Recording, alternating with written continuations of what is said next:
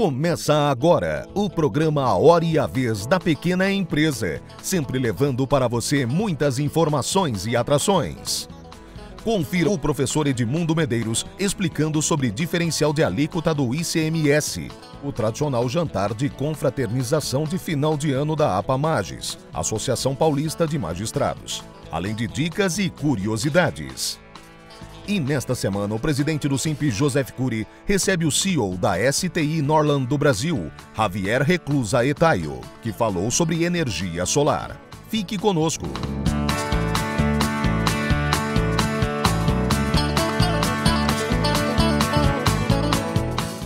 Dia 30 de novembro aconteceu o tradicional jantar de confraternização de final de ano da APA-Magis, Associação Paulista de Magistrados.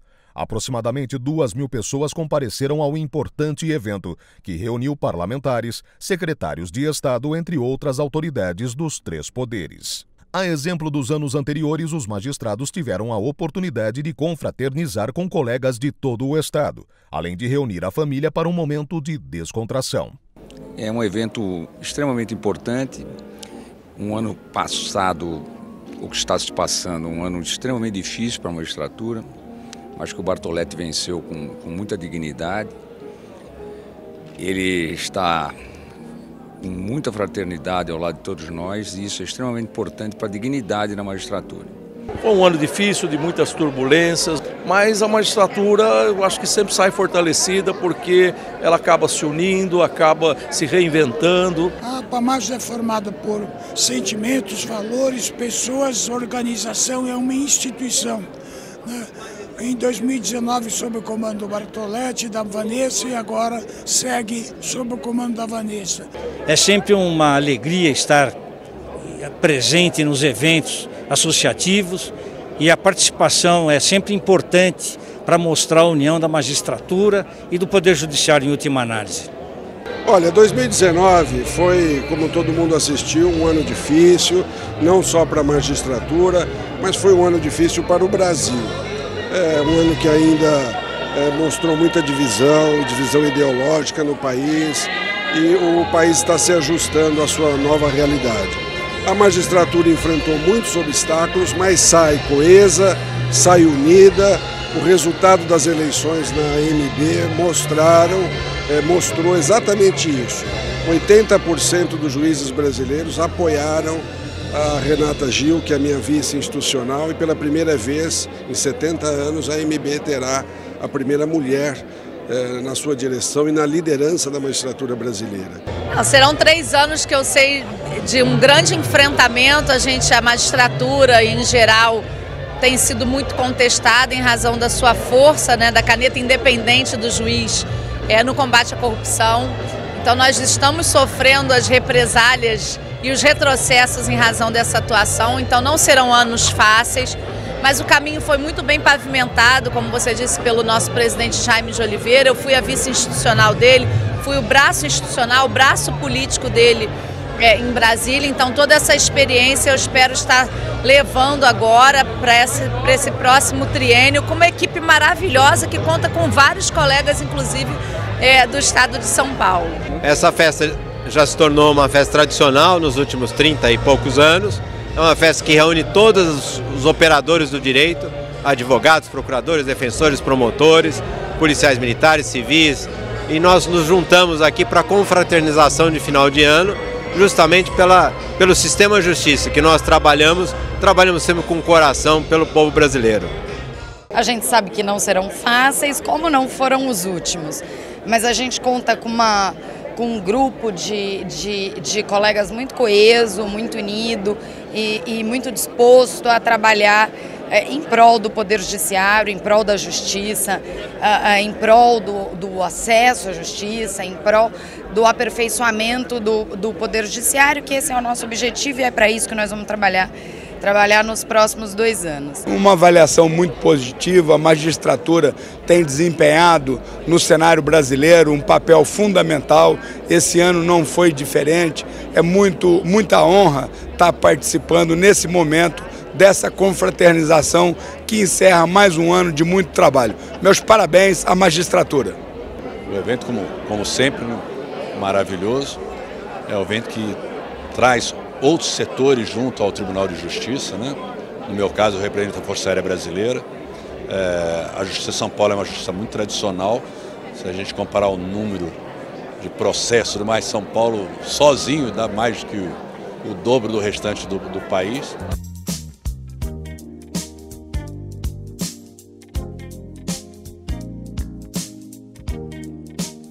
Outro tema que tem gerado muita dúvida nos microempresários diz respeito ao diferencial de alíquota do ICMS. Essa questão há muito vem sendo discutida, inclusive no Poder Judiciário, por meio de uma ação que neste momento encontra-se em julgamento no Supremo Tribunal Federal. Questiona-se nessa ação o direito de microempresários optantes pelo Simples Nacional não serem compelidos ao pagamento do DIFAL, do diferencial de alíquota de ICMS.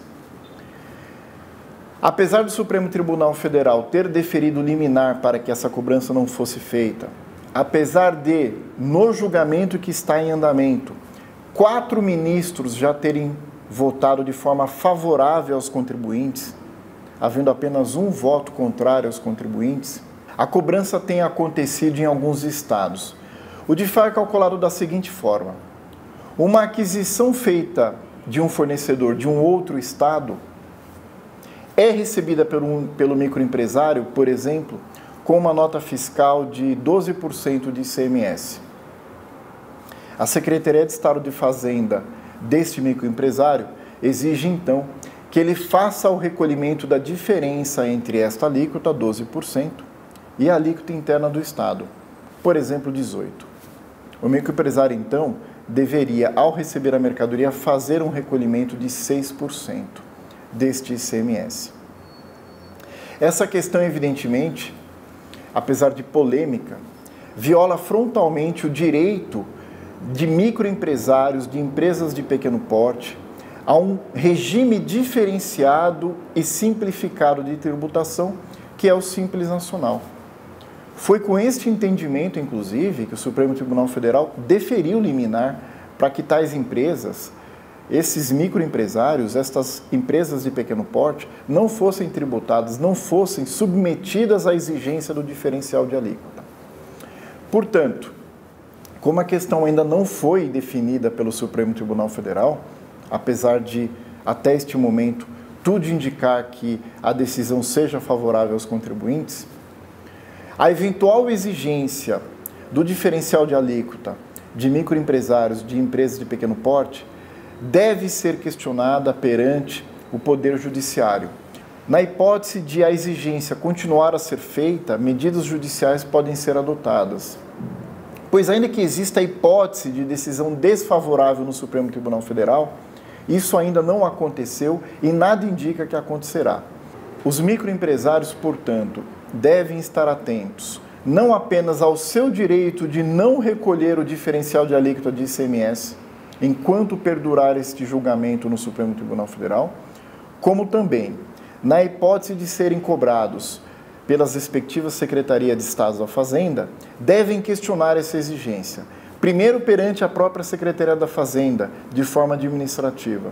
Segundo, e eventualmente, perante o próprio Poder Judiciário, acionando a Secretaria da Fazenda para que esta exigência cesse até que a decisão do Supremo seja finalmente proferida.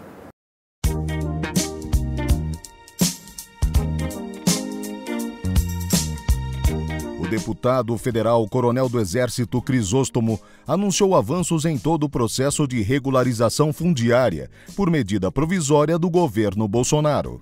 O presidente do Simp Rondônia, Leonardo Sobral, o presidente do Banco do Povo, Manuel Serra, em teleconferência com o presidente do Simp-Asimp, Joseph Cury, receberam o deputado federal Coronel Crisóstomo, líder do governo Bolsonaro em Rondônia e representante da Frente Parlamentar das Micro e Pequenas Empresas no Congresso Nacional. Na oportunidade, o deputado ouviu da classe empresarial de Rondônia sugestões para alavancar os setores produtivos do estado. Como representante da Frente Parlamentar das Micro e Pequenas Empresas, anunciou 2 grandes avanços. Primeiro, o curso de Engenharia Mineral para o Estado e segundo, o projeto de lei a ser editado na próxima terça-feira, dia 10, que irá simplificar todo o processo de regularização fundiária do Brasil e Rondônia. Essas medidas incentivarão o setor mineral a investir, gerar empregos e renda, além de reorganizar as cadeias produtivas da agricultura familiar.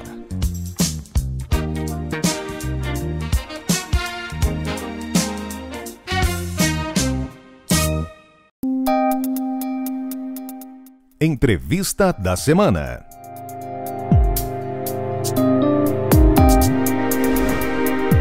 O nosso convidado de hoje é Javier Reclusa, que é o CEO da STI Nordland do Brasil. E o nosso tema é energia renovável. É um prazer tê-lo conosco. Muito obrigado pelo convite. O prazer é meu de estar aqui conversando junto com você e para os telespectadores da energia solar. Energia solar no Brasil é uma grande oportunidade ou não? Energia solar, temos que diferenciar tem vários tipos de tecnologias de energia solar. Vamos falar especificamente da energia solar fotovoltaica, que é a qual eu me dedico. É uma grande oportunidade tanto para investidores, famílias, empresários. Os custos de energia solar abaixaram muito nos últimos anos. Isso fez que os investimentos e os retornos sejam muito mais rápidos. Com certeza não é o único motivo para poder investir em energia solar. Estamos falando de sustentabilidade. Quais são os motivos para que alguém faça um investimento, por exemplo, em energia solar? Se estamos falando em termos de economia, um empresário com certeza vai querer investir em energia solar sabendo o retorno que tem. Uma usina de energia solar tem uma vida útil de entre 30 a 40 anos. Nos primeiros anos obtém um retorno desse investimento. Portanto, o produto dessa indústria, sendo que a energia elétrica é um dos principais custos de uma indústria, o produto vai ser mais competitivo, portanto, vai favorecer as vendas desse produto para o empresário. Também temos que ter em conta a imagem de marca, é decir... Quais são essas vantagens? As vantagens seriam imagem de marca, seriam economia, mais competitividade do produto, seria ajuda ao planeta, sustentabilidade e altos retornos dos investimentos. É uma tendência mundial ou não? É uma tendência mundial, é decir, hoje em dia praticamente em todos os mercados se está investindo em energia solar. Na Europa fomos pioneiros nesse tipo de tecnologia, depois se expandiu. Hoje em dia Latinoamérica é um dos principais mercados e Brasil em particular de energia solar, assim como de outro tipo de tecnologias renováveis, já que... Quais foram os motivos que fizeram que houvesse investimento da sua indústria no Brasil? Por que não se importou apenas o equipamento? Por que o investimento nacional? Nós analisamos o mercado, lá por 2012, analisamos o mercado mundial. O governo brasileiro naquela época tinha como estratégia diversificar a matriz energética. Que é importantíssimo. É muito importante, porque naquele momento, e inclusive hoje em dia, a matriz energética brasileira é principalmente basada em usinas hidroelétricas, que são renováveis, e de fato é uma das matrizes energéticas mais renováveis do mundo. Mas depender só da água e da energia hidroelétrica é perigoso, porque nos momentos que não chove, tem que ativar outro tipo de tecnologias que são muito caras. Então a estratégia era diversificar essa matriz energética. Já começou com energia eólica, que é o vento, através da geração eólica, do vento, e foi anterior à energia solar, e a partir de 2012 começaram a regular para favorecer os investimentos em energia solar. Que é o sol. Que é o sol, geração através do sol. Primeiro através de regulações para pequenos produtores de energia solar, mais de energia distribuída, com regulações como a 482, e depois através de leilões federais, onde o governo compra energia solar, grandes investidores, grandes fundos chegaram ao país para colocar capital em grandes usinas e com contratos a longo prazo venda dessa energia ao governo federal. Hoje em dia já evoluiu, agora temos mercado livre, temos usinas de geração distribuída, temos também pequenas instalações em residências, em indústrias. Então, todo o mercado brasileiro, desde particulares, empresários e grandes fundos, se beneficiaram, se estão beneficiando e estão investindo em energia solar para diversificar essa matriz energética. Mas, por favor, qual foi o motivo básico para o investimento no Brasil? Foi a necessidade de nacionalização do produto para ter financiamento? Foi porque produzir no Brasil é mais barato? Quais foram os motivos que levaram ao investimento nacional? Que claro que é muito bem-vindo, claro que todos nós queremos o investimento no Brasil, geração de emprego, claro que nós queremos isso, mas na tomada de decisão, que faz poucos anos, que foi tomado, qual foi o foco? O senhor, como um dos sócios principais acionistas do Brasil, participou dessa decisão. Quais foram os motivos? Bom, foi uma boa estratégia do governo brasileiro nesse momento. Uma das características do mercado é que precisava ter um conteúdo nacional. Para quê? Para obter financiamento. Estas usinas, quando têm um conteúdo nacional, obter um financiamento do BNDES, do BNB, Banco Nordeste. Então, essa foi uma vantagem, o acesso a capital para os grandes investidores, grandes e pequenos e medianos e médios, claro, para obter o financiamento. Só que a condição era que tivéssemos indústria nacional. Então, nós tomamos a decisão de investir em uma indústria nacional. Tivemos ao princípio que apostar por esse mercado, é um mercado complexo, é um mercado onde tributariamente complexo, logisticamente complexo, mas apostamos pelo mercado porque é um mercado continental, um mercado grande, achávamos que ia precisar muitos e grandes investimentos de energia solar, tinha uma previsão de leilões federais, então decidimos abrir uma indústria local, fabricação de nosso tipo de equipamentos, que são os trackers fotovoltaicos, que são umas máquinas rastreadores solares, que o que fazem é acompanham o sol, tipo um girassol, para gerar mais energia desde que amanhece até que anoitece. Então abrimos essa fábrica de trackers fotovoltaicos e a aposta foi muito boa porque viramos... Deu certo. Deu muito certo. Agora, existe nesse momento no governo federal, mais especificamente na ANEEL, uma discussão querendo tributar energia fotovoltaica, que na nossa avaliação é um equívoco profundo. Eu acho que o Brasil já tem tributação demais, mas enfim, a ANEEL quer fazer isso. A pergunta objetiva, na sua avaliação, é porque as concessionárias atuais não querem concorrência ou é porque precisa ser tributado mesmo e o custo está muito baixo? Ou uma terceira alternativa? Qual a sua análise? Bom, neste momento ainda não foi aprovado, existe uma discussão, uma proposta feita pela ANEEL, onde o que se está propondo em algumas das modalidades, porque existem várias modalidades, estamos falando de geração centralizada, de mercado regulado, estamos falando de mercado livre, que são para grandes corporações, estamos falando de geração distribuída, onde tem autoconsumo remoto, consumo longe do ponto de conexão, longe de onde está a fábrica, longe de onde está o consumo de energia, e está usinas no mesmo ponto de conexão. Querem tributar naquelas usinas autoconsumo remoto, aquelas onde existe um transporte da energia. É decir, até agora estava, e ainda continua, até isso realmente virar uma realidade, existe um incentivo para que tanto investidores como empresários decidissem investir em energia solar. Se não existe um incentivo no mercado, os empresários não se sentem incentivados. O SIMP de Rondônia está reclamando dessa postura da ANEEL. Sim. O SIMP de Rondônia apresentou uma reclamação oficial ao governo, dizendo que era um caminho inverso e era a perda da condição competitiva, especialmente na região norte e nordeste no Brasil. Qual a sua análise disso?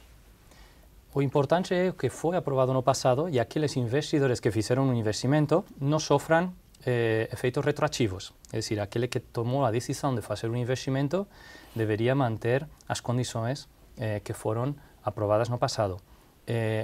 por enquanto, ainda não mudou a regulamentação. Não sabemos o que vai acontecer, existem muitas reclamações, todo mundo está reclamando no setor, provavelmente vai ter algum tipo de readaptação, e esse tipo de impostos ou essas tarifas que vai se pagar pelo transporte da energia em aquelas usinas que estavam incentivadas, com certeza vai diminuir o atrativo dessas... Você vai perder a condição competitiva, é isso? Exatamente, em algumas das modalidades, porque Sim. tem outras que não vai perder, mas em algumas das modalidades o investidor não vai se sentir tão incentivado. Estamos falando que precisamos de que os investidores e os empresários decidam, sintam que vai ser um retorno atrativo. Ter conforto para investir em segurança. Uma segurança jurídica de que isso vai continuar no longo prazo, é decir, por isso não pode ser retroativo. Se o empresário não sente segurança a longo prazo, não vai querer investir, embora as condições sejam boas. E, além disso, precisa ter umas condições atrativas de um retorno melhor do investimento.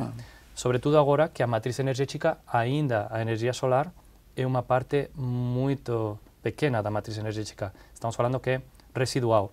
Portanto, em minha opinião, eu acho que ainda deveria favorecer esse investimento, os investidores, atrair esses investimentos no Brasil, sobretudo de tecnologias como nós, fabricantes, que vimos no Brasil, abrimos indústria nacional, agora nós somos brasileiros, somos uma das maiores indústrias do Brasil, já entramos entre as 1000 maiores indústrias do Brasil através dos incentivos do governo e essa obrigatoriedade de abrir mercado, de abrir fabricação aqui. Mas não teríamos feito tudo isso se não tivéssemos um mercado crescente, um mercado potencial, onde os investidores tivessem decidido investir no país. E por que investiram? Pelos incentivos. Então, eu acho que atrai indústria o fato de ter um mercado grande. Essa análise está perfeita, nós concordamos, é isso mesmo. Agora, na verdade, existe sim uma tendência mundial de se ter energias renováveis, fotovoltaica, a eólica e assim por diante. Isto é realmente um movimento mundial na sua avaliação ou não? Sim, com certeza, hoje em dia existe uma tendência tanto econômica, porque hoje em dia as energias renováveis já é uma realidade, é decir, e moral, porque estamos falando que as energias renováveis são sustentáveis, são ilimitadas, não produzem gases de efeito estufa, e o que precisamos é criar um entorno onde o efeito estufa, que é o calentamento, ou como se fala, o aquecimento global, provocará nos próximos anos, se não colocamos remédio, provocará problemas no ecossistema. Então, sim que é uma tendência. Se eu quiser colocar na minha residência energia fotovoltaica, eu preciso de autorização da concessionária? Você precisa tramitar toda a burocracia para poder conseguir o ponto de conexão e fazer esse acordo com a concessionária através da regulamentação atual. Ou seja, mesmo fazendo investimento, eu continuo dependendo da autorização deles, que pode demorar quanto tempo? 3 meses, 6 meses, Existem uns prazos, e esses prazos estão marcados se você faz todo correto, de acordo ao que a concessionária está pedindo, não deveria demorar mais de 60 dias. Mas na prática demora quanto tempo? Na prática existem muitos casos, demora dependendo da modalidade de tipo de investimento e sobretudo porque existe em usinas de maior porte, tanto em pequenas talvez não é tão complexo, mas em usinas de maior porte existem problemas de capacidade de evacuação. Não todos os pontos se pode colocar grandes usinas porque precisam de investimentos, precisam de outro tipo de ações e nesses casos, às vezes, acontece que demoram um prazo, em alguns casos, muito longo. Quanto tempo? Pues eu já cheguei a ver que demora um ano. Xavier Reclusa, nós agradecemos muito a sua participação, os esclarecimentos dados e que possa servir de contribuição para a matriz energética brasileira, ser misto, ter opções, ter preços competitivos e trazer à sociedade como um todo os benefícios. A você que esteve conosco, nosso mais profundo agradecimento, com a certeza que estaremos juntos na semana que vem. Até lá!